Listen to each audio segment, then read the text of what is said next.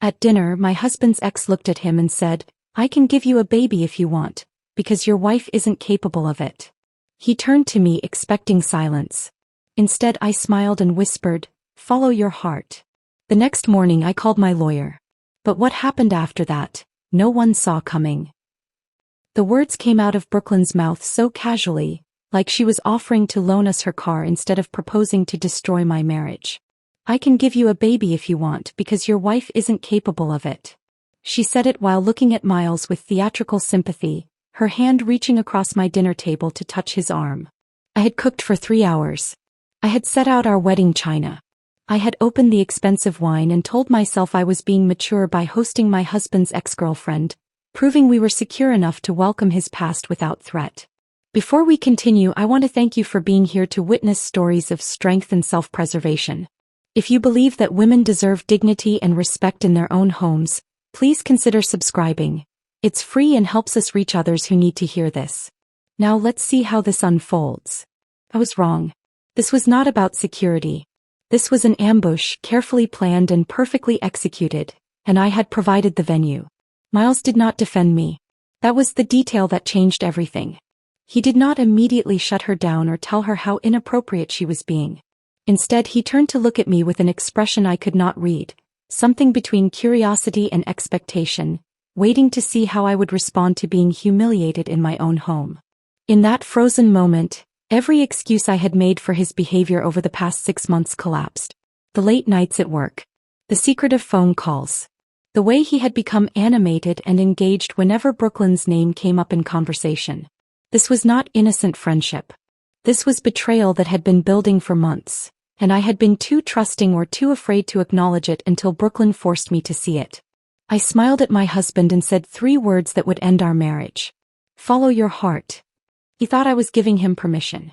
What I was actually giving him was enough rope to hang himself with, and a front row seat to watch me take everything he thought was his. But to understand how I ended up at that dinner table hosting my own humiliation with wine and good china, I need to go back 6 months. Back to when I still believed Miles and I had built something that could survive anything. Back to when I was still naive enough to think 14 years of marriage meant something more than just shared history and joint bank accounts. Our life had looked perfect from every angle that mattered to other people. We owned a Victorian home in Portland that we had renovated ourselves, spending weekends stripping wallpaper and arguing good-naturedly about paint colors. Miles worked in corporate finance, steadily climbing toward partner. I managed client relations for a marketing firm, work that paid well and gave me genuine satisfaction. We had routines that functioned smoothly. He went to the gym before work. I took long walks on Sunday mornings. We alternated cooking dinner and watched documentaries together in the evenings. Friends told us regularly how solid we seemed, how rare it was to find a couple who had made it past the difficult years and come out stronger on the other side. What those friends did not see was how much of that solidity was actually just silence. How many conversations we had stopped having because it was easier to discuss logistics than feelings. How our physical intimacy had become scheduled and obligatory rather than spontaneous and desired. How we had learned to exist in the same space without really connecting, 2 people performing the role of married couple without examining whether the marriage itself still had any substance beneath the performance.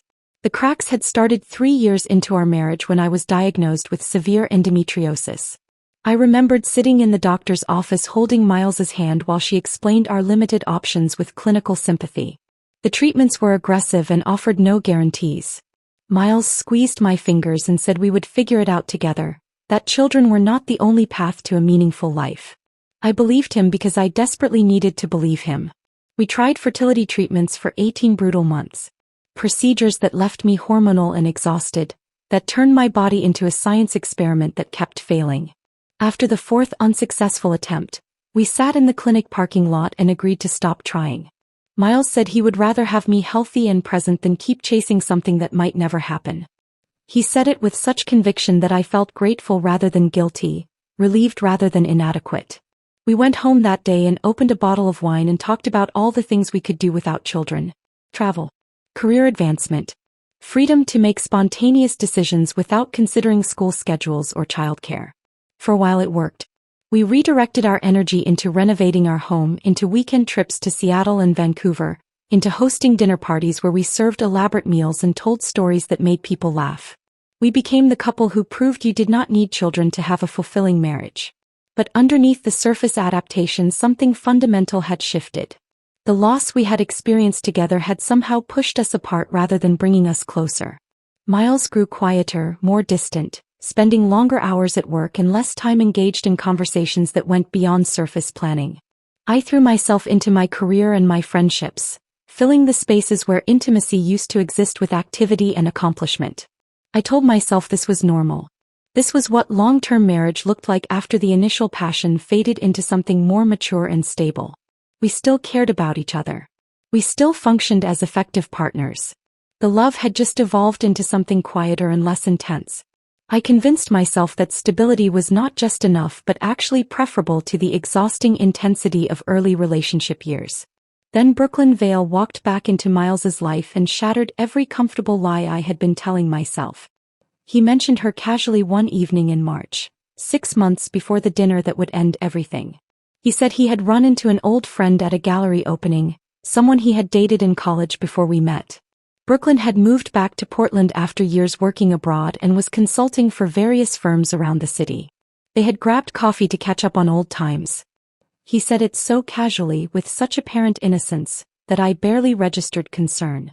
I asked if I knew her from college and Miles said probably not, that they had broken up before he and I met through mutual friends senior year. He described her as passionate but unstable, someone who made dramatic decisions and expected everyone else to accommodate her chaos. I should have paid closer attention to how much detail he volunteered without being asked. Over the following weeks, Brooklyn's name started appearing in our conversations with increasing frequency. She had recommended a new restaurant downtown that we should try. She was consulting on a project at Miles's firm and had interesting perspectives on workplace dynamics. She remembered funny stories from their college days that made him laugh in ways I had not heard in years. Each individual mention seemed insignificant, but collectively they formed a pattern I was working very hard not to see. Miles started checking his phone more often during dinner, smiling at messages he did not share. He began suggesting we skip our usual weekend routines so he could catch up on work, though I noticed his laptop rarely seemed open when I checked on him. He bought new clothes, started going to the gym more frequently, paid more attention to his appearance in ways he had not bothered with in years. He became animated when talking about his days, but the animation faded when he was actually home with me, as if he was saving his energy and engagement for someone else. I noticed all of it. I noticed and I explained it away because acknowledging what I was seeing would have required asking questions I was terrified to hear answered.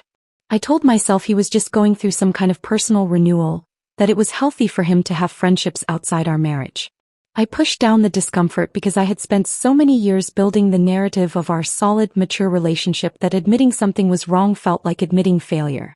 Then Miles suggested we host Brooklyn for dinner, and I ran out of excuses to avoid facing reality. He presented it as a sign of confidence and maturity, proof that we were secure enough in our relationship to welcome his past without feeling threatened. He said Brooklyn had mentioned wanting to meet me, that she felt awkward about reconnecting with him without getting to know his wife. It sounded reasonable. It sounded like something a healthy, well-adjusted couple would do without hesitation. So I agreed, even as something deep in my stomach twisted with warning I refused to acknowledge. I spent 2 days preparing for that dinner. I selected wine from a vineyard we had visited on our anniversary. I cooked dishes I had perfected over years of hosting, recipes I knew would impress anyone with functioning taste buds. I set the table with our wedding china, the expensive set my mother had given us that we only used for truly special occasions. I told myself I was being welcoming and gracious, that this dinner was my opportunity to establish my place in Miles's life, to show Brooklyn that I was the woman who had built a real, lasting partnership with him while she was off chasing romantic fantasies in foreign countries. I chose my outfit carefully that September evening, wanting to project confidence and ease, wanting to seem completely unbothered by the presence of my husband's ex-girlfriend in our home. As I arranged fresh flowers in a vase and checked the roast one final time, I actually believed I was demonstrating emotional maturity and strength. I thought I was rising above petty jealousy and insecurity. I had no idea I was setting the stage for my own public humiliation, arranging the flowers and lighting the candles for a performance where I would play the role of fool. Brooklyn arrived exactly on time. I heard her voice before I saw her, warm and familiar with Miles in a way that told me they had been talking regularly enough to develop new rhythms of conversation, new inside references I was not part of. Miles opened the door and she stepped inside wearing a silk dress that looked painted onto her body, carrying expensive wine and confidence that seemed to expand and fill our entire home the moment she crossed the threshold. Miles hugged her and the embrace lasted several seconds too long, his hand settling on the small of her back with casual intimacy that made my throat tighten even as I told myself I was overreacting. She turned to me with a smile that looked practiced rather than genuine. "You must be Lila. I've heard so much about you." I shook her hand, noted that her grip was firm and her eye contact just slightly too intense, and welcomed her into my home with warmth I absolutely did not feel. And then the performance began, the long, slow march toward the moment when Brooklyn would stop pretending and Miles would reveal exactly who he had become when I was not paying close enough attention. The first course had gone exactly as I feared it would. Brooklyn dominated every conversation, her laughter too loud, her touches on Miles's arm too frequent, her references to their shared past too intimate. I smiled and nodded and refilled wine glasses while watching my husband transform into someone I barely recognized. He was animated in ways I had not seen in years, finishing her sentences, laughing at inside jokes I was not part of, his whole body turned toward her as if I had ceased to exist at my own dinner table. By the time I cleared the salad plates and brought out the main course, I had already started to understand that this dinner was not what Miles had presented it as. This was not a casual reunion between old friends. This was something else entirely, something that had been building while I remained willfully blind to every warning sign. We had just finished the main course when Brooklyn set down her fork with deliberate precision. The gesture felt choreographed, like she had been waiting for exactly the right moment to deliver whatever she had come here to say. The temperature in the room shifted. I felt it before she even opened her mouth, the way the air changes before a storm breaks. She looked at Miles with theatrical sympathy, her head tilting slightly to the side in a gesture that was probably meant to appear compassionate but instead looked calculated and cruel. She said she had been thinking about something Miles had mentioned to her privately, something about his desire for children. My hands froze on my wine glass. The world seemed to narrow to just that sentence, those specific words that told me my husband had been discussing our most intimate pain with his ex-girlfriend, sharing feelings he had stopped sharing with me years ago. We had not talked about children in any meaningful way since we stopped treatments. After the final failed attempt, we had sat in that clinic parking lot and agreed to move forward, to accept our reality and build a different kind of life together. Miles had said he was at peace with it, that he would rather have me healthy than keep chasing something that might never happen. I had believed him. I had trusted that we were grieving together and then healing together, that our decision to stop trying was mutual and final. But apparently, Miles had been having very different conversations with Brooklyn. Conversations about desires he supposedly no longer had. Conversations about a future that apparently did not include me except as an obstacle to be worked around. Brooklyn's voice dropped to an intimate register that excluded me even while she was speaking directly about me. The shift was subtle but unmistakable, like she was sharing a secret with Miles that just happened to concern his wife. She told him she had been thinking about his situation, about what he was missing, about what she might be able to offer that I could not. Then she said the words that would end my marriage. She told Miles she could give him a baby if he wanted because I was not capable of it. She said it with practiced casualness, as if she were offering to loan him a book or recommend a restaurant rather than proposing to destroy everything I had built over 14 years. Her hand reached across the table to touch his arm, a gesture of comfort and intimacy that made my stomach turn. The silence that followed felt like drowning in ice water. Every sound in the room disappeared except for my heartbeat pounding in my ears. Time seemed to stretch and distort, seconds becoming hours while I waited for Miles to react. I waited for him to shut her down immediately, to tell her how inappropriate and cruel she was being, to defend me against this grotesque proposition delivered at our dinner table. He did not. Instead, Miles turned to look at me with an expression I could not read, something between curiosity and expectation. He was waiting to see how I would respond to being publicly humiliated in my own home. Waiting to gauge whether I would make a scene or swallow this latest indignity the way I had apparently been swallowing smaller ones for months without realizing it. In that frozen moment, every excuse I had made for his behavior over the past 6 months collapsed. The late nights at work that I had accepted without question. The secretive phone calls he had taken in other rooms. The way he checked his messages constantly and smiled at his screen in ways he had not smiled at me in years. The new clothes and increased attention to his appearance. The animation that appeared when Brooklyn's name came up in conversation and disappeared the moment we were alone together. This was not innocent friendship. This was not harmless nostalgia between old flames who had moved on with their lives. This was betrayal that had been building systematically for months, and I had been too trusting or too afraid or too invested in maintaining the illusion of our perfect marriage to acknowledge what was happening right in front of me. Brooklyn was still touching Miles's arm, her fingers resting on his wrist like she had every right to that casual intimacy. She was watching me with barely concealed satisfaction, waiting for the emotional explosion she had clearly orchestrated. She wanted tears. She wanted anger. She wanted me to provide dramatic confirmation that I was the inadequate wife she had painted me as, the woman who could not give Miles what he deserved and was now standing in the way of his happiness. Every possible response flashed through my mind in rapid succession. I could throw my wine in her smug face and watch the expensive Cabernet stain that silk dress. I could demand she leave my home immediately and never contact my husband again. I could scream at Miles for his complicity in this calculated humiliation, for discussing our private pain with the woman who was now weaponizing it against me. But something else took over in that moment, something colder and more calculating than raw emotion. I looked at Brooklyn's satisfied smirk, at the way she was still touching my husband's arm, at Miles's uncertain face as he waited for my reaction. And I understood with perfect clarity that losing control right now would give them exactly what they wanted. It would confirm Brooklyn's narrative that I was the problem, the emotional and inadequate wife who could not handle reality. It would give Miles justification for whatever he was planning to do next, permission to rewrite our entire marriage history with me as the villain who drove him away. So instead of giving them the scene they expected, I made a choice that would define everything that followed. I smiled. Not a warm smile or a forgiving smile, but the kind of smile that comes from a place beyond rage, from somewhere cold and strategic that I did not know existed inside me until that exact moment. I looked directly at my husband, holding his gaze with perfect composure, and delivered my response with calm that felt almost inhuman. I told Miles to follow his heart.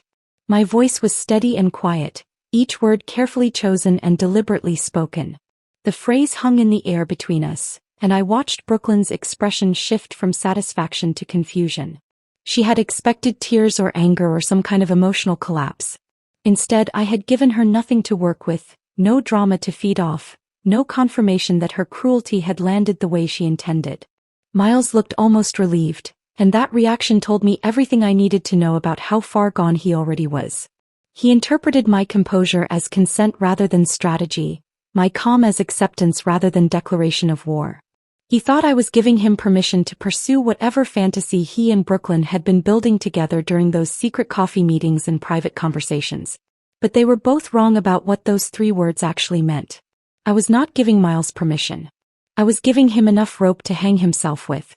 I was documenting his choice in real time, creating a witness to his failure to defend me, setting in motion a plan that neither of them would see coming until it was far too late to stop. They thought they were winning. They had no idea I had just declared war, and that by the time they realized what was happening, I would have already taken everything that mattered. Brooklyn finally removed her hand from Miles's arm, looking uncertain for the first time that evening.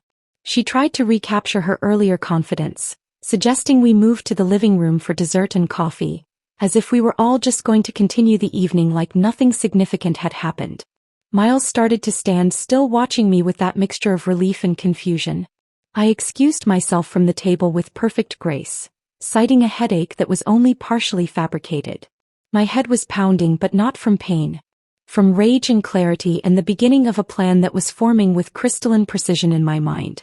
I told them to please enjoy dessert without me, that I just needed to lie down for a few minutes in the quiet.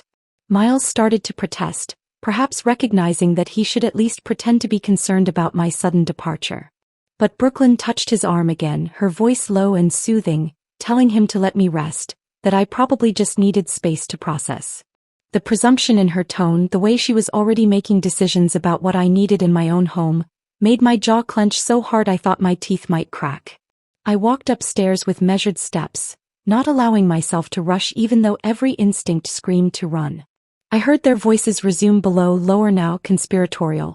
They were probably discussing my reaction, analyzing whether I had truly accepted Brooklyn's proposition or if this was just the calm before some delayed storm. They would find out soon enough exactly what kind of storm was coming. I closed the bedroom door behind me and locked it with hands that had finally started to shake. The composure I had maintained downstairs was cracking now that I was alone, adrenaline flooding my system in waves that made my legs unsteady. I sat on the edge of our bed in the darkness, listening to the muffled sound of voices drifting up from the dining room. Miles and Brooklyn were still talking, their conversation punctuated by her laughter, the sound grating against my nerves like nails on glass. I pulled out my phone and stared at the screen for a long moment, my thumb hovering over the contacts.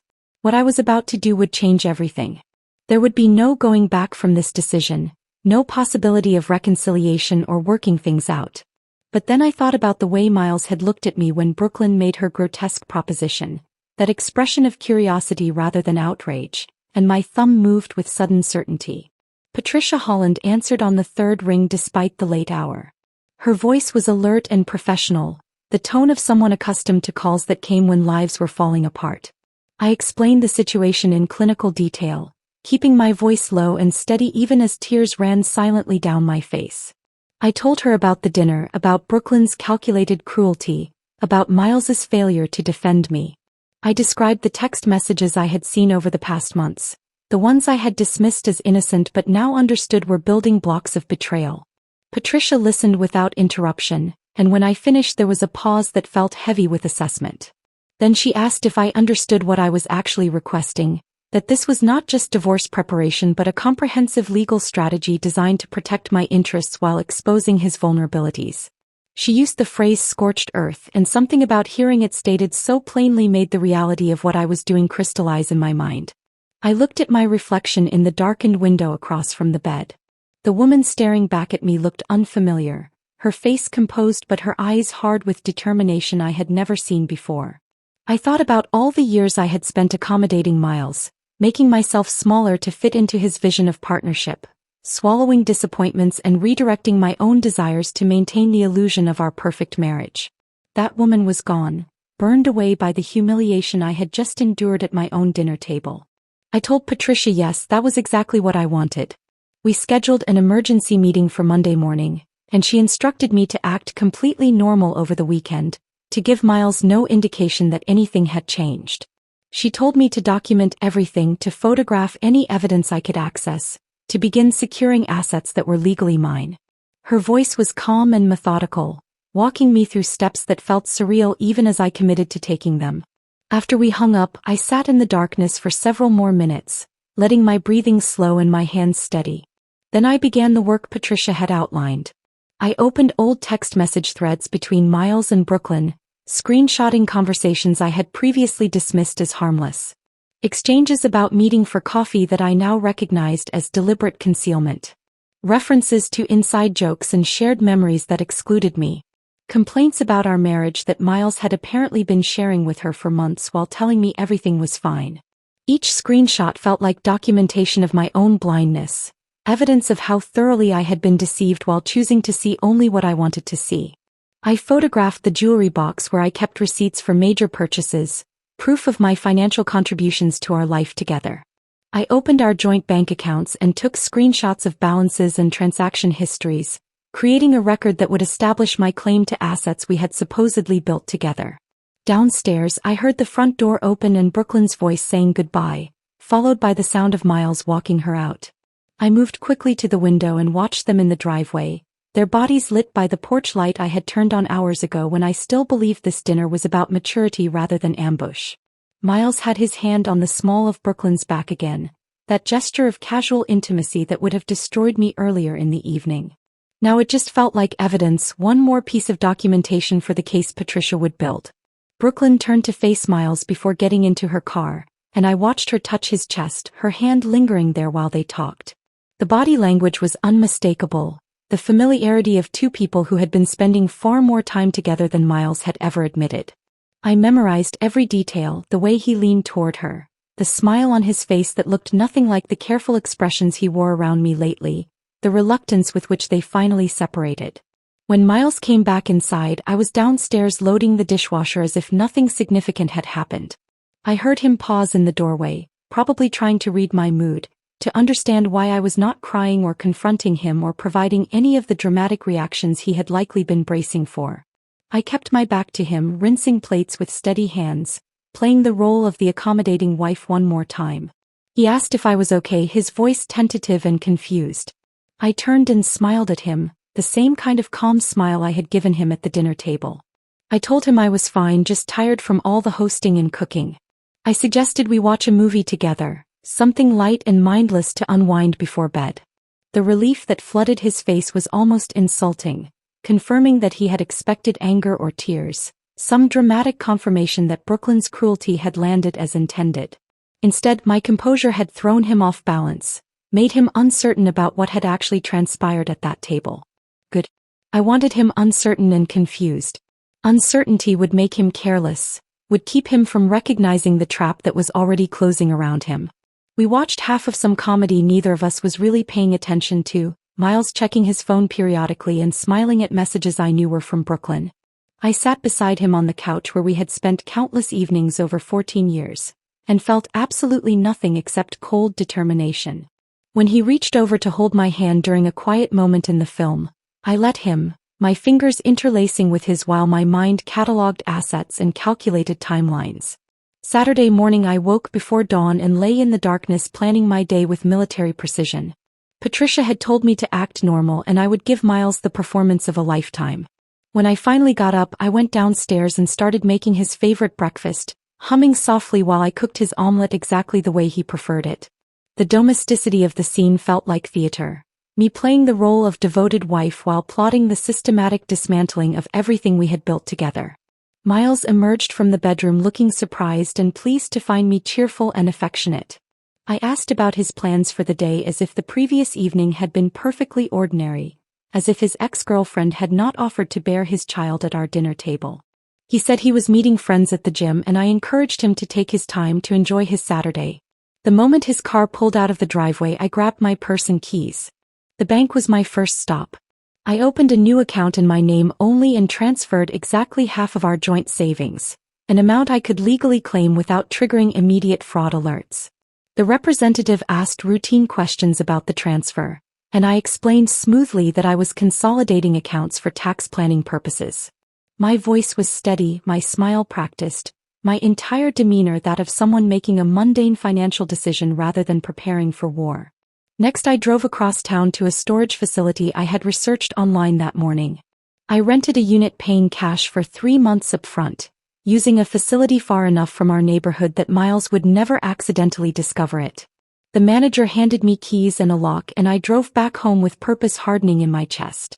For the next several hours while Miles was at the gym and then meeting friends for lunch, I methodically removed items from our house that were legally and emotionally mine.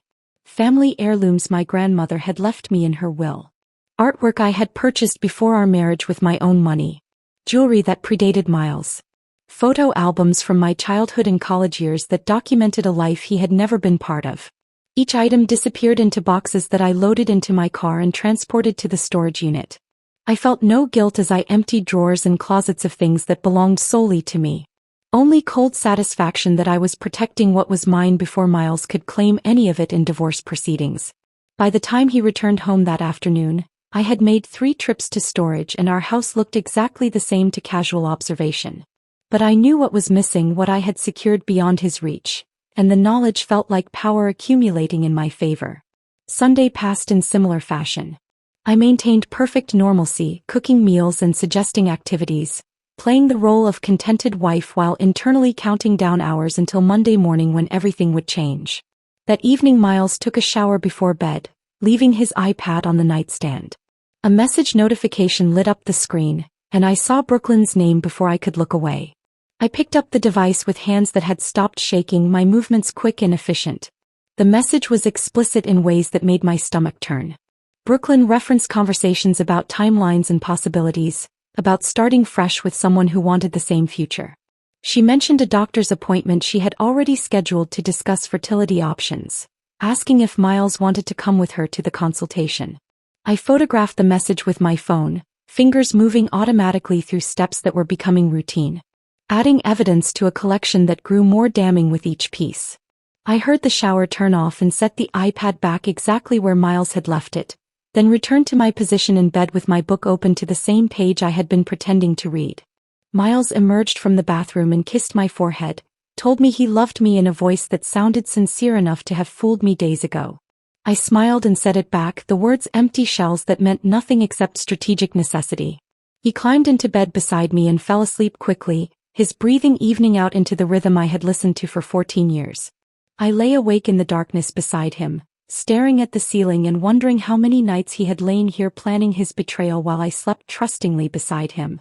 Monday morning arrived with sunshine so bright it felt like mockery.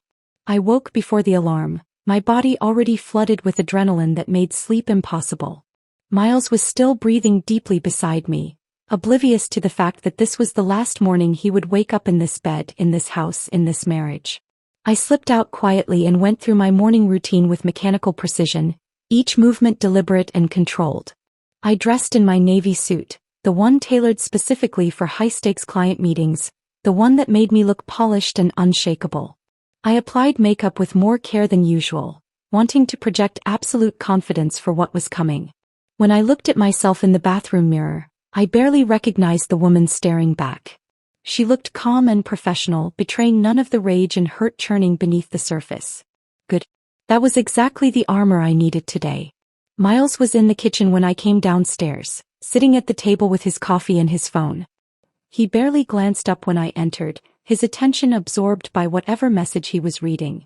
Probably Brooklyn, I thought, probably planning their future while sitting in the home I was about to reclaim. I told him I had an early appointment downtown, keeping my voice casual and light. He nodded absently and said something about having a busy day himself. I walked over and kissed him goodbye, a brief touch of lips that felt like closing a book I would never open again. He smiled at me, completely unaware that he would never see me look at him with anything resembling affection again. The drive to Patricia's office felt surreal, like I was watching myself from outside my body. The city was waking up around me, people heading to work and school, living their normal Monday mornings while my entire existence was about to transform. I parked in the garage beneath Patricia's building and took the elevator to the 12th floor, my heels clicking against the marble with each step. Patricia was waiting in her conference room with documents spread across the table like battle plans.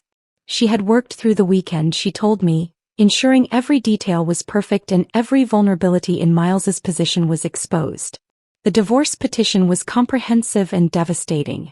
It outlined the timeline of his emotional affair with Brooklyn, documented through the text messages and emails I had provided. It detailed the financial contributions I had made to our household, proving that the house had been purchased primarily with my inheritance and improved with bonuses from my career. It established my separate accounts and independent assets, painting a picture of financial autonomy that would be critical in asset division. But the true masterpiece was the restraining order Patricia had crafted. She explained that while emotional cruelty was harder to prove than physical violence, the circumstances of that dinner created a compelling case for intentional infliction of emotional harm. Brooklyn's proposition had been delivered in my own home at my own table, exploiting my known infertility in a calculated act of humiliation. Miles's failure to defend me or shut down the proposition immediately demonstrated his complicity. The text messages I had sent to my sister immediately after the dinner, describing my distress and shock, provided contemporaneous documentation of the harm inflicted. Patricia had also included evidence of the ongoing communication between Miles and Brooklyn, the planning and timeline discussions that proved this was not a spontaneous moment of poor judgment but part of a sustained betrayal. The restraining order would require Miles to vacate our home immediately and maintain a distance of at least 500 feet from me pending a formal hearing. It would prevent him from accessing the house, from contacting me directly, from controlling any part of the narrative about what was happening. I signed every document with a steady hand, my signature appearing again and again on papers that would dismantle 14 years of marriage in a matter of hours. Patricia watched me carefully, probably assessing whether I might break down or change my mind at this final moment. But I felt nothing except cold determination and relief that I was finally taking action instead of passively accepting betrayal. Patricia explained the timeline with military precision. The papers would be filed electronically by noon, ensuring they were officially on record before Miles even knew what was happening. A process server would deliver them to Miles at his office at 2:30 in the afternoon. The timing was deliberate.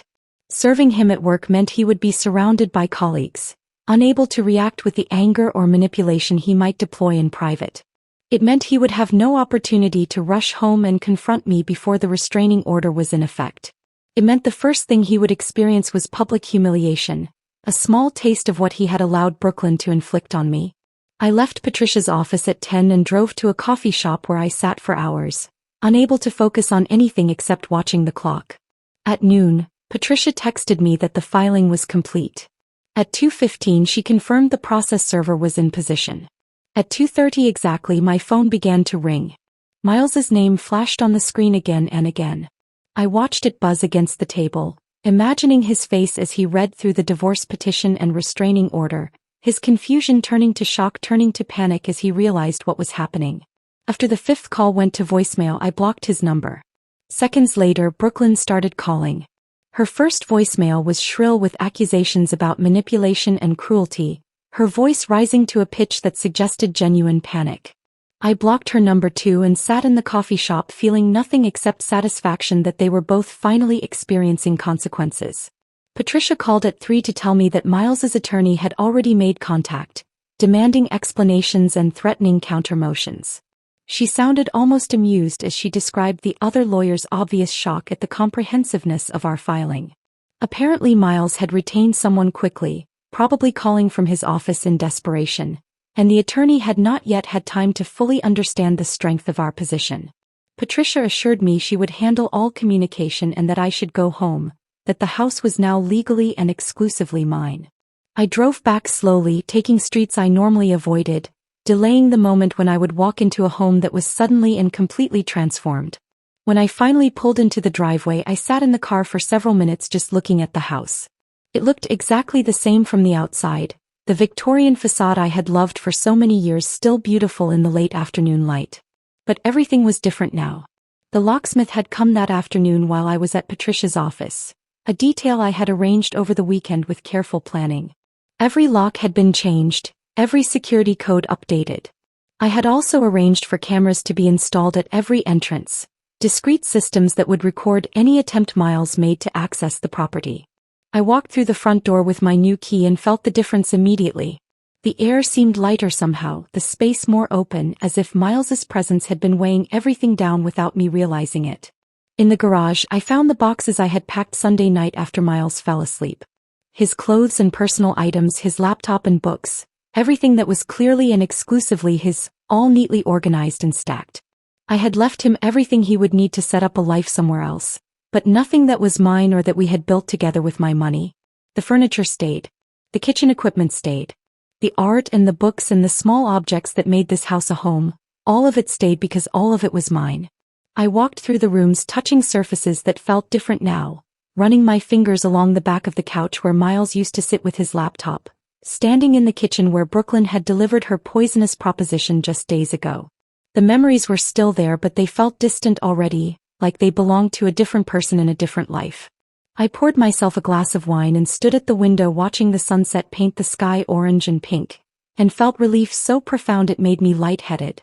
My phone buzzed constantly through the evening, messages coming from people I had not heard from in months or years.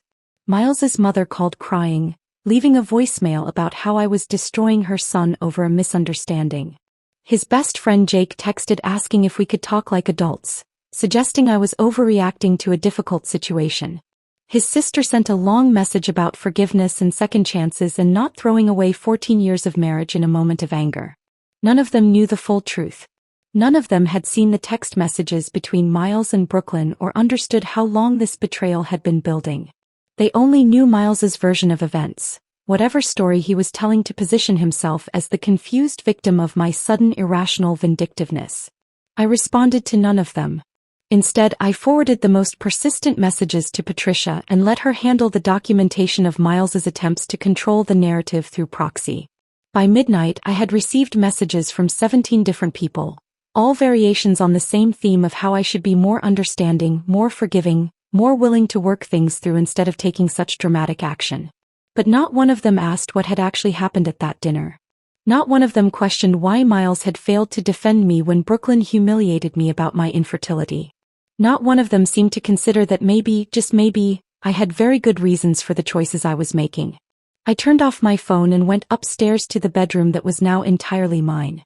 I slept deeply that first night alone in the house, a dreamless sleep that felt like my body finally releasing tension it had been holding for months.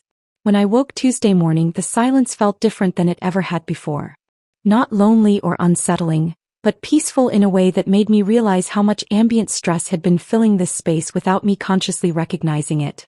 I made coffee and sat at the kitchen table watching morning light filter through the windows, and for the first time in as long as I could remember, I felt no pressure to be anywhere or perform any particular version of myself for anyone else's benefit. That fragile peace lasted exactly 3 hours. The doorbell rang just after 10, insistent and repeated in a way that suggested whoever was there had no intention of leaving. I checked the camera feed on my phone and saw my younger sister Carmen standing on the porch, shifting her weight from foot to foot in obvious agitation. I had not told her about filing for divorce yet, only about the dinner itself through the text messages I had sent in real time that night. Those messages had become part of Patricia's evidence, documentation of my immediate distress that helped establish the emotional harm Brooklyn had inflicted. I opened the door and Carmen practically pushed past me into the house, her face pale and her hands clutching her phone like it contained evidence of some crime. She said she needed to tell me something she had been keeping from me, something she should have told me weeks ago but had not known how to handle. The words came out in a rush, tangled with apologies and justifications, and I had to ask her to slow down and start from the beginning. 6 weeks ago, Carmen said she had been downtown meeting a friend for lunch when she saw Miles and Brooklyn sitting together at a coffee shop. She had noticed them through the window while walking past, and something about their body language had made her pause. They were sitting too close, leaning toward each other across the small table in a way that suggested intimacy rather than casual friendship. Brooklyn had been laughing at something Miles said, her hand resting on his arm, and Miles had that animated expression I had noticed appearing more frequently when he talked about his days away from home. Carmen said she had assumed it was innocent at the time, that I must know about it, that Miles was probably just catching up with an old friend the way he had described when Brooklyn first reappeared in his life. But looking back now with the context of what had happened at dinner, she realized their interaction had not looked like old friends reconnecting.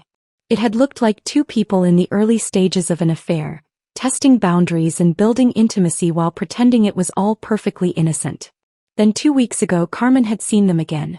This time at a restaurant across town, a place nice enough that it suggested intentional planning rather than spontaneous meeting. She had been there for a work dinner when she spotted them at a table in the corner, and what she saw made her uncomfortable enough that she pulled out her phone and took a photo without really thinking through why. Brooklyn had her hand on Miles's face in a gesture of such tenderness that it was unmistakably romantic. Miles was looking at her with an expression Carmen had rarely seen him wear around me, unguarded and completely present in a way that spoke to genuine emotional connection. Carmen showed me the photo now, her hands shaking as she apologized for not telling me sooner. She said she had not known what to do with the information, had convinced herself she was misreading the situation, had been too afraid of causing problems in my marriage if she was wrong. But after I sent her those text messages about the dinner, about Brooklyn's proposition and Miles's failure to defend me, she realized she had been watching my husband build a relationship with another woman while I remained completely unaware. I looked at the photo on her phone and felt something crack open inside me that I had been holding carefully closed since Monday. It was one thing to see text messages, to read evidence of betrayal in words exchanged privately. It was another thing entirely to see visual proof of intimacy, to witness the physical manifestation of emotional affair in a photograph that captured a moment of tenderness that should have been reserved for me. Brooklyn's fingers were curved against Miles's jaw, her thumb brushing his cheek, and he was leaning into her touch like it was something familiar and welcome. Carmen was crying now, repeating that she should have told me immediately, that she should have confronted Miles or warned me or done something other than keep silent while my marriage deteriorated. I told her it would not have changed anything, that I had not been ready to see the truth until Brooklyn forced me to see it at that dinner table. Even if Carmen had shown me this photo weeks ago, I probably would have found some way to explain it away, to convince myself it was innocent because accepting the reality of Miles's betrayal would have required taking action I was not yet prepared to take. But the photo was useful now, concrete visual evidence that would strengthen the case Patricia was building. I forwarded it to my lawyer with a brief explanation and watched Carmen's guilt transform into something like relief that at least her silence could be partially redeemed by contributing to my legal strategy. Carmen left an hour later, still apologizing, and I assured her I understood and held no anger toward her for the position she had been put in. After she drove away, I stood at the window where I had watched Miles walk Brooklyn to her car Friday night and wondered how many other people had witnessed pieces of this betrayal without knowing what to do with the information they had. The answer came Tuesday afternoon when Miles's parents showed up at my door. I saw them through the camera feed before they even rang the bell. Robert and Diane getting out of their car with expressions of determination that told me this was not going to be a pleasant conversation. I considered not answering, but avoiding them would only delay what was clearly inevitable. I opened the door but did not invite them inside, standing on the threshold in a physical manifestation of the boundary I was establishing. Robert demanded to know what was happening, his voice already raised in a way that suggested he had come prepared for confrontation rather than conversation. Diane was crying before she even started speaking, asking how I could do this to their son, how I could destroy a marriage over what she insisted was a misunderstanding. She said I was being cruel and vindictive, punishing Miles for wanting a family, throwing his struggles with infertility in his face when it was not his fault. The comment was so disconnected from reality that I actually laughed, a short sharp sound that made both of them step back slightly. I corrected her calmly, explaining that I was the one with endometriosis. I was the one whose body could not support pregnancy. I was the one who had undergone surgeries and treatments and monthly disappointments. Miles had been supportive through all of that, yes, but he was not the one whose medical condition was being weaponized by his ex-girlfriend at dinner parties. Robert interrupted to demand proof that anything inappropriate had actually happened between Miles and Brooklyn. His voice was loud enough that I glanced around to see if neighbors were watching, and I made the split-second decision to show them exactly what their son had been doing behind my back. I pulled out my phone and showed them screenshots of text messages between Miles and Brooklyn, conversations about starting fresh and building a future together and having the children Miles apparently still desperately wanted despite telling me he had made peace with our childless life. Robert's face went white as he read through the messages. Diane made a small wounded sound and her crying intensified, but this time it seemed directed at shock and disappointment rather than defense of her son. They stood there on my porch for a long moment, both of them clearly struggling to reconcile the evidence I had shown them with whatever version of events Miles had fed them. They left without another word, walking back to their car with the defeated posture of people who had come prepared to fight and instead found themselves confronted with undeniable truth. That evening, Diane called my phone. I let it ring twice before answering, her voice small and broken on the other end. She apologized for what she had said earlier, admitted she had no idea things had gone as far as the messages indicated. She said she had thought Brooklyn was just causing trouble the way she always had, stirring up drama and inserting herself where she was not wanted. But the text messages made it clear this was not one-sided manipulation. Miles had been an active and willing participant in building something with Brooklyn while still married to me. I accepted her apology without offering forgiveness, keeping my voice neutral and detached. I suggested she direct her disappointment and concern at her son rather than at me, that I was not responsible for managing her emotional response to his choices. We ended the call politely but without warmth, and I knew that whatever relationship I might have maintained with Miles's family was now permanently severed. Work became its own complication by Wednesday. Miles and I had always worked in adjacent industries, close enough that we shared some professional circles and attended some of the same networking events. Word of our separation spread faster than I had anticipated, probably helped along by Miles sharing his version of events with anyone who would listen. My colleague Dennis pulled me aside in the break room Wednesday afternoon, his expression uncomfortable as he said he had heard Miles and I were having problems. He hoped we could work things out, he said. That divorce seemed like an extreme response to what was probably just a rough patch that all long marriages went through eventually. I looked at him directly and asked if he knew Miles had been having an emotional affair. Dennis went pale and started stammering that Miles had mentioned reconnecting with an old friend but had never said anything that sounded inappropriate.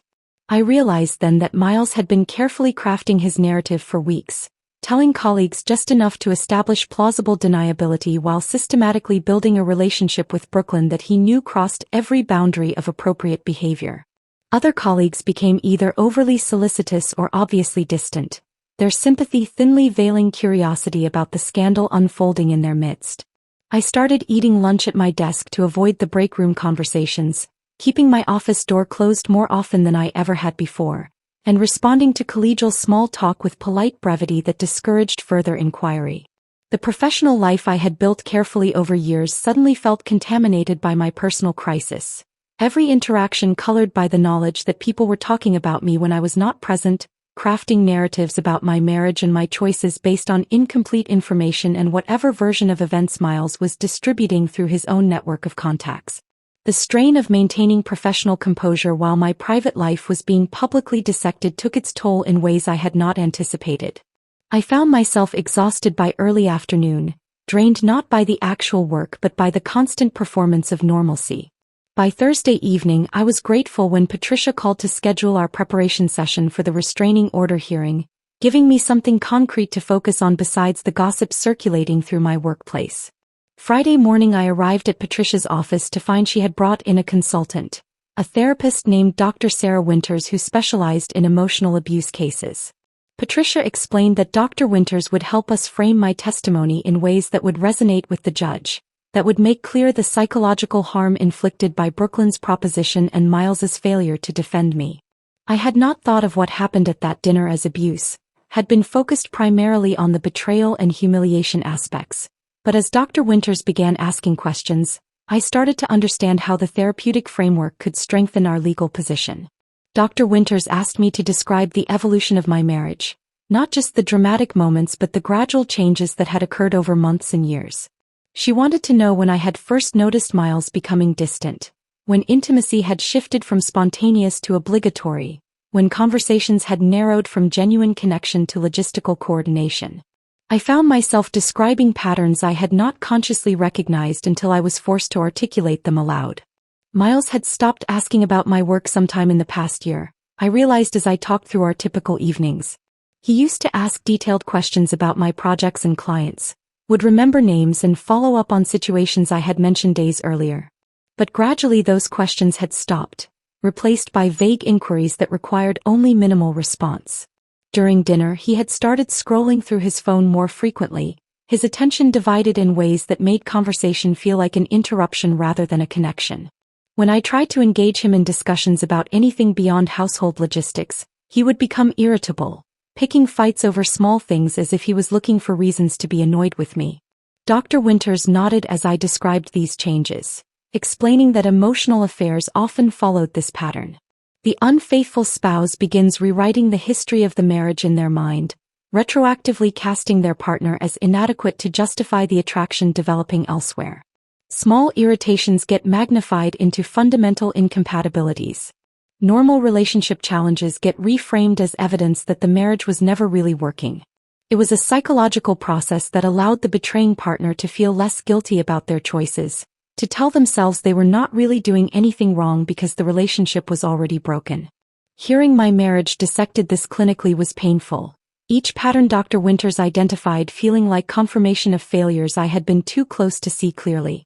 But it also gave me clarity and language for experiences I had dismissed as normal relationship evolution.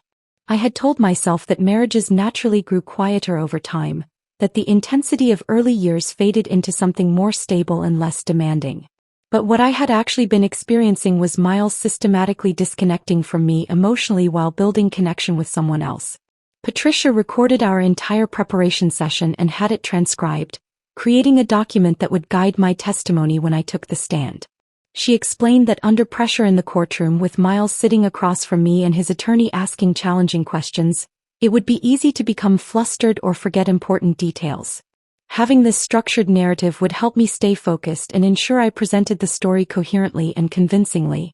We spent hours going through potential questions Miles's attorney might ask, practicing responses that were honest but strategic, that acknowledged complications without undermining my position. Dr. Winters coached me on maintaining composure if the questioning became aggressive or if attempts were made to paint me as vindictive or unstable. By the time I left Patricia's office late Friday afternoon, I felt as prepared as I could be, though the knot of anxiety in my stomach had not loosened. That weekend, Miles's attorney filed his counterpetition, and Patricia forwarded it to me Saturday morning with a brief note saying we needed to discuss it.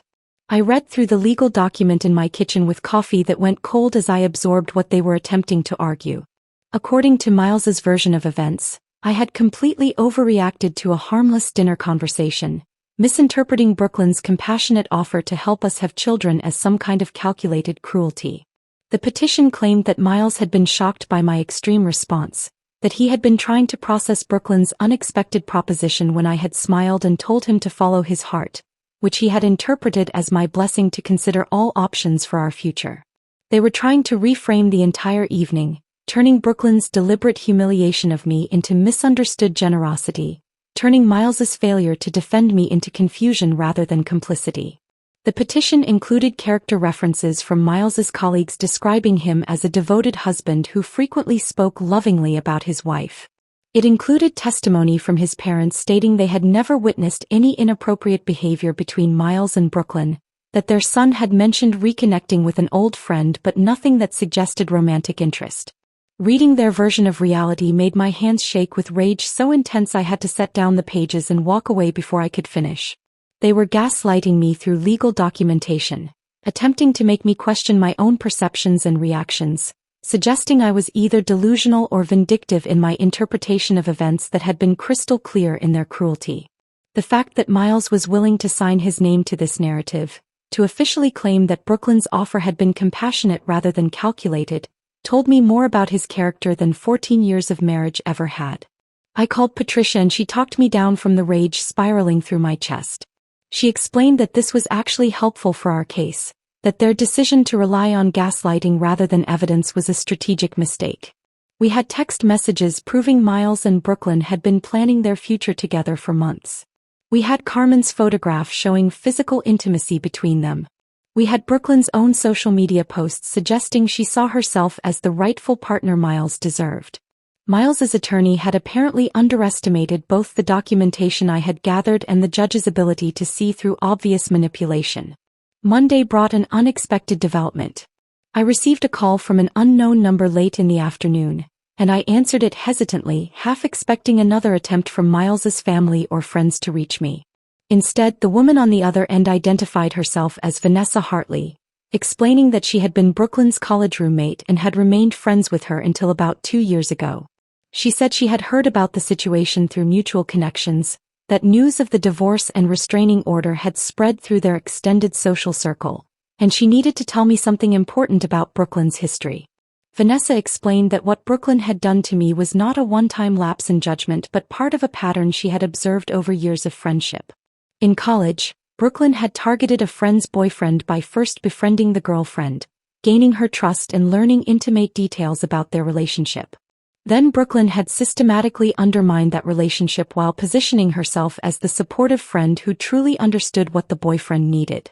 The manipulation had been so subtle that by the time the girlfriend realized what was happening, her boyfriend had already left her for Brooklyn.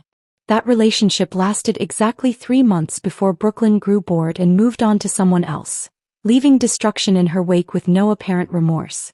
Vanessa said she had ended their friendship over that incident, disgusted by Brooklyn's calculated cruelty and her complete inability to take responsibility for the harm she caused.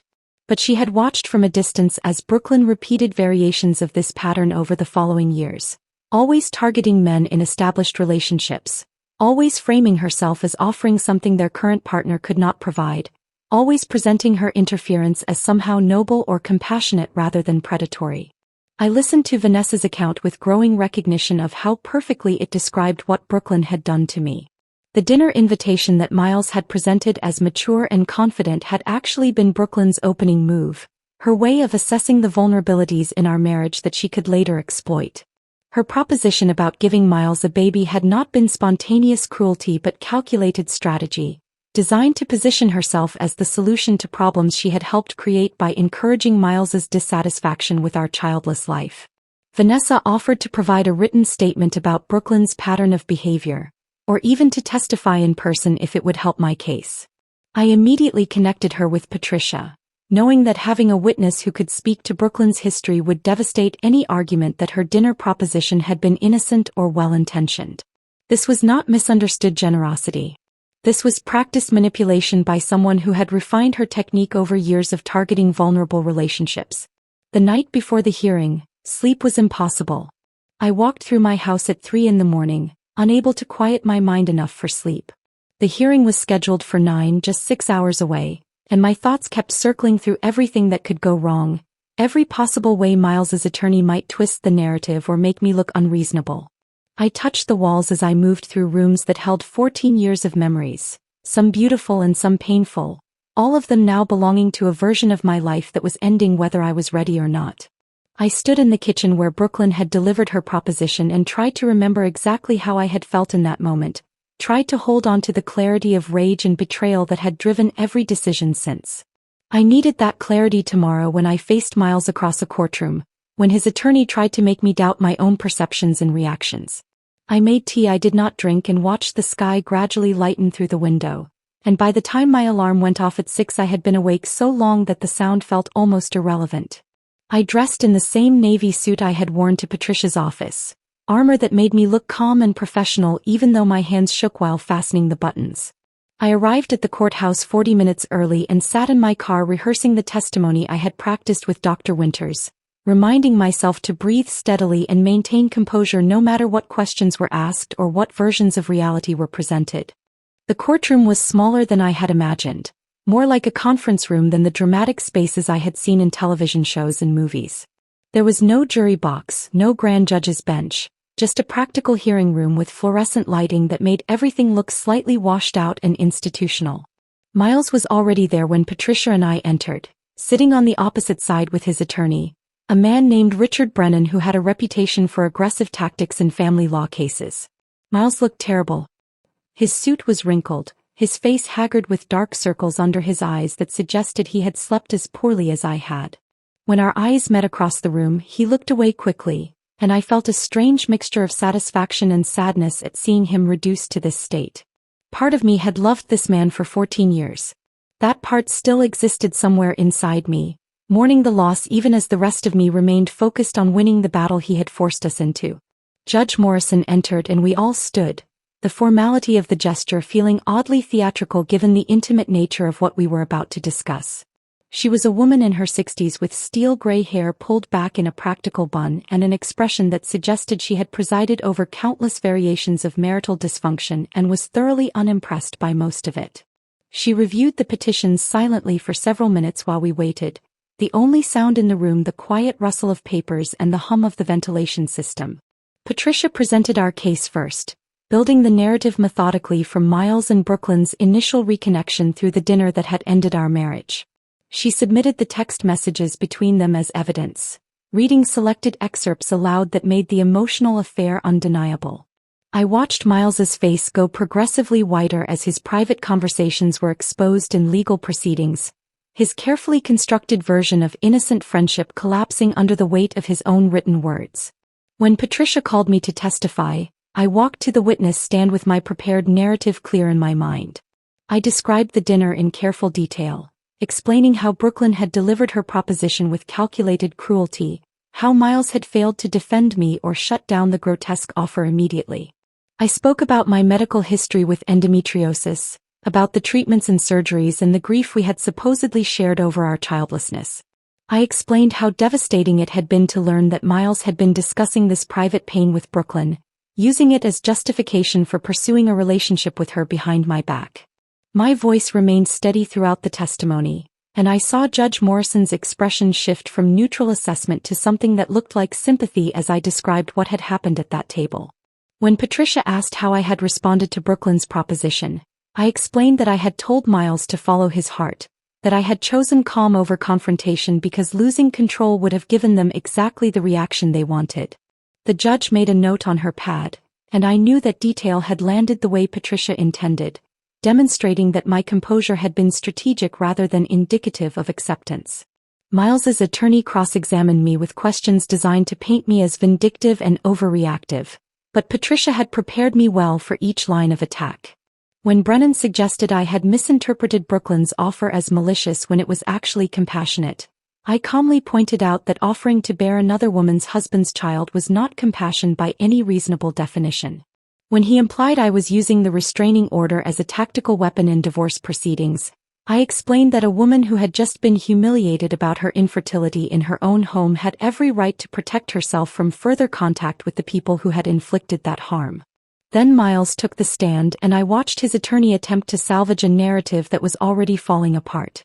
Miles testified that Brooklyn's offer had been inappropriate but not malicious, that he had been shocked into silence rather than complicit in my humiliation. He claimed the text messages were taken out of context, that he had been venting frustrations to an old friend but never seriously considered leaving me for her. His voice carried a note of injured innocence that might have been convincing if not for the documented evidence contradicting nearly everything he said. Judge Morrison asked him directly why he had not immediately shut down Brooklyn's proposition at dinner. Miles stumbled through an answer about being caught off guard and not wanting to make a scene, his explanation sounding weak even to my ears. The judge then asked why he had been meeting Brooklyn secretly for months if their friendship was as innocent as he claimed. Miles said he had not thought of it as secret, just private, because he knew I was uncomfortable with his past relationships. The contradiction was obvious. If the friendship was innocent, why would my discomfort require privacy rather than transparency? His testimony deteriorated further under continued questioning, contradictions piling up as he tried to maintain an appearance of innocence while the evidence showed clear patterns of emotional affair behavior.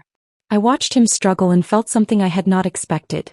Not satisfaction or vindication but a hollow sense of waste. This man I had spent 14 years with was willing to lie under oath rather than take responsibility for his choices, and that reality felt worse than the betrayal itself.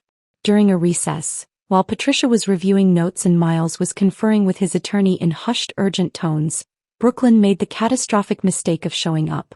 I saw her enter the gallery through the courtroom doors, wearing a dress that looked deliberately provocative for a legal proceeding and an expression of defiant righteousness that suggested she believed she was the hero rather than the villain in this story. Court resumed and we were midway through additional testimony when Brooklyn apparently could not contain herself any longer. She stood up in the gallery and started shouting about how I was punishing Miles for wanting a family, how I was weaponizing my infertility to play the victim, how she had only been trying to help us find a solution to our problems. Her voice rose with each accusation, her face flushed with indignation that suggested she genuinely believed her own narrative. Judge Morrison's gavel came down with a crack that silenced the courtroom instantly. Judge Morrison's voice cut through Brooklyn's tirade with the authority of someone who had spent decades managing courtroom disruptions and had exhausted all patience for dramatic outbursts. She told Brooklyn in language that left no room for interpretation that this hearing was not about family planning or reproductive rights or any of the other justifications Brooklyn was attempting to construct. This was about respect and cruelty and a man who had allowed his wife to be publicly humiliated in her own home by someone he had been conducting an emotional affair with for months. Brooklyn's face transformed from indignant righteousness to shock as Judge Morrison continued speaking. The judge extended the restraining order to include Brooklyn herself, prohibiting her from contacting either me or Miles for a minimum of 6 months. Brooklyn started to protest, and 2 bailiffs moved toward her position in the gallery with expressions that suggested they would not tolerate further disruption. She was escorted from the courtroom still trying to explain herself, her voice fading as the doors closed behind her. I watched Miles close his eyes as Brooklyn was removed, and in that gesture I saw the full weight of his mistake finally landing. His ex-girlfriend's catastrophic lack of self-awareness had just destroyed any remaining sympathy a judge might have had for his position. Patricia caught my eye and gave the smallest smile, a brief acknowledgement that we had just witnessed the opposition demolish their own case more effectively than any argument we could have made. Judge Morrison took a brief recess to review the evidence one final time before rendering her decision.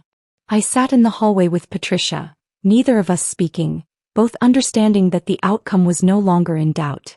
20 minutes later we were called back into the courtroom and Judge Morrison delivered her ruling with efficiency that suggested she saw no reason to prolong proceedings when the evidence was this clear.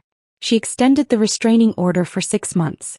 She granted me exclusive use of the marital home based on documentation proving it had been purchased primarily with my inheritance and improved with my earnings. She said a preliminary asset division that favored me heavily, acknowledging my financial contributions and the pattern of deception Miles had engaged in while building his relationship with Brooklyn. From the bench, she stated that while emotional affairs were not legally equivalent to physical adultery in our state, the evidence showed a sustained pattern of deception and disrespect that had created an emotionally unsafe environment justifying the protective order. Judge Morrison noted specifically that my decision to respond calmly at the dinner rather than with violence or emotional collapse demonstrated restraint rather than acceptance. She said my subsequent legal actions were appropriate self-protection rather than vindictive overreaction, a characterization that validated everything I had been trying to articulate since that Friday night. Miles's attorney attempted to object, but the judge cut him off, saying the evidence spoke with sufficient clarity that she had no interest in relitigating basic standards of human decency in marriage. Walking out of that courtroom, I felt physically lighter, as if some weight I had been carrying for months had finally been lifted from my shoulders. Not because I had won in some petty competitive sense, but because a neutral third party had examined all the evidence and confirmed that I was not crazy or oversensitive or vindictive. I had been genuinely betrayed, I had responded appropriately, and the legal system recognized that fundamental truth.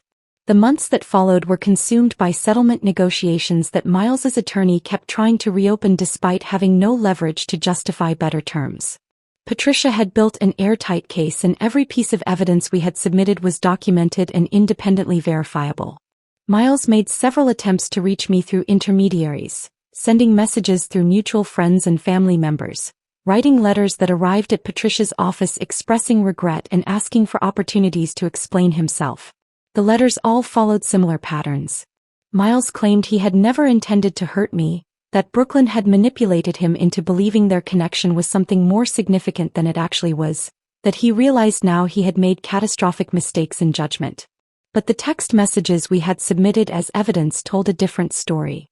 His conversations with Brooklyn had started months before the dinner and had progressed systematically from nostalgic reminiscence to romantic interest to explicit planning of a future together.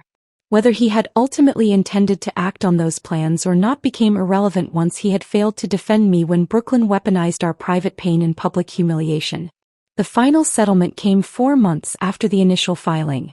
I retained the house, the majority of our joint assets based on documented proof of my financial contributions, and something far more valuable than any material possession. I kept my dignity and my sense of self intact, refusing to be diminished by betrayal or defeated by the process of extracting myself from a marriage that had become toxic. Miles left with his personal belongings, his mounting regrets and reputation damage that followed him through our shared professional and social circles in ways that probably cost him more than any financial settlement. I heard through mutual acquaintances that Miles and Brooklyn attempted to pursue the relationship they had been planning during those months of secret meetings and text message exchanges. The reality of their connection apparently could not sustain the fantasy they had built while it remained forbidden and hypothetical. Their relationship lasted approximately 6 weeks after the divorce was finalized before collapsing under the weight of actual compatibility issues and unmet expectations, proving that what they had shared was infatuation rather than the profound connection Brooklyn had positioned it as during her dinner table proposition. In the aftermath of the divorce, I focused energy on rebuilding relationships that had atrophied during my marriage's slow deterioration.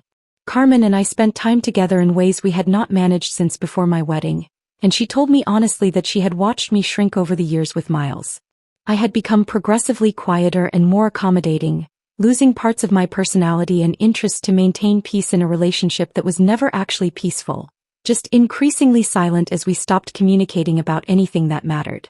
My college friend Rachel organized a dinner with our old friend group, women I had gradually drifted away from as I poured more energy into my marriage and less into friendships that had once been central to my identity. They welcomed me back without judgment or extensive questions about what had happened, accepting my return to their circle as natural rather than treating me like someone damaged who needed careful handling.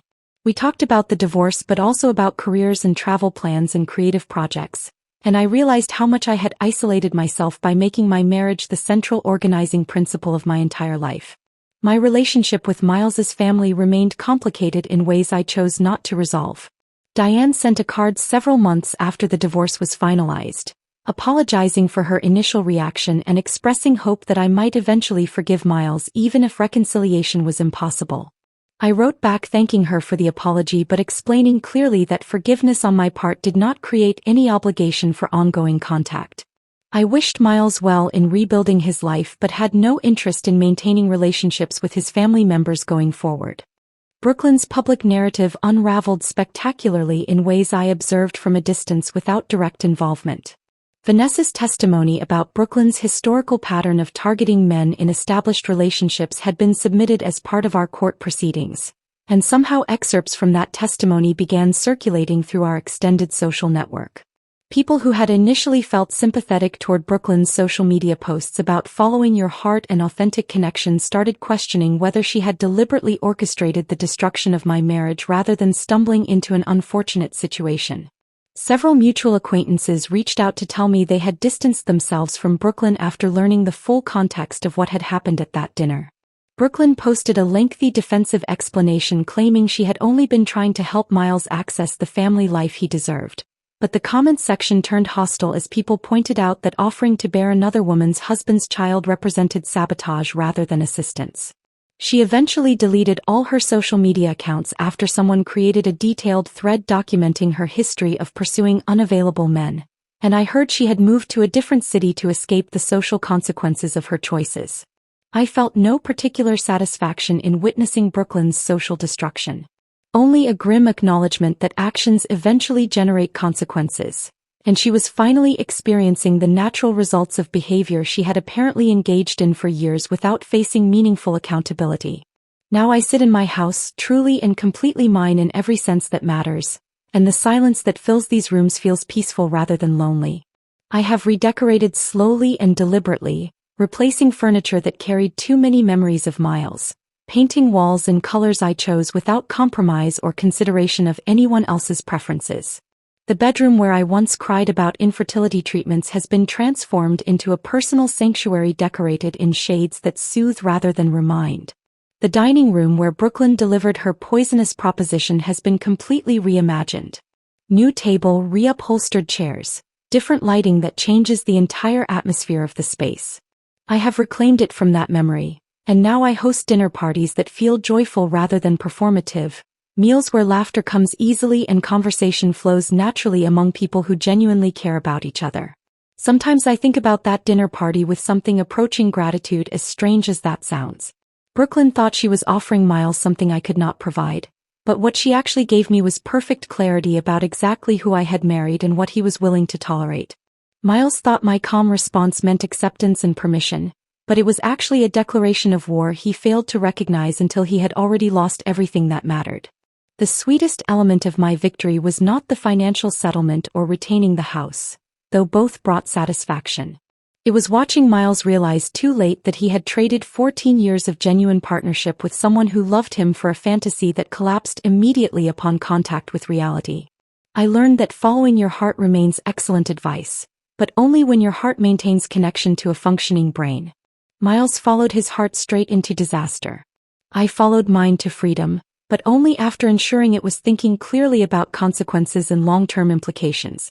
That distinction transformed me from potential victim into someone who emerged from betrayal stronger and more certain about what I deserve and will accept in relationships going forward.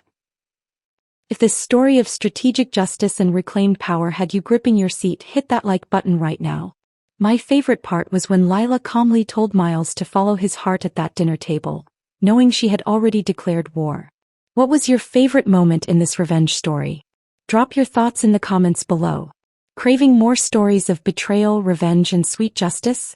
Subscribe and smash that notification bell so you never miss another powerful story like this one.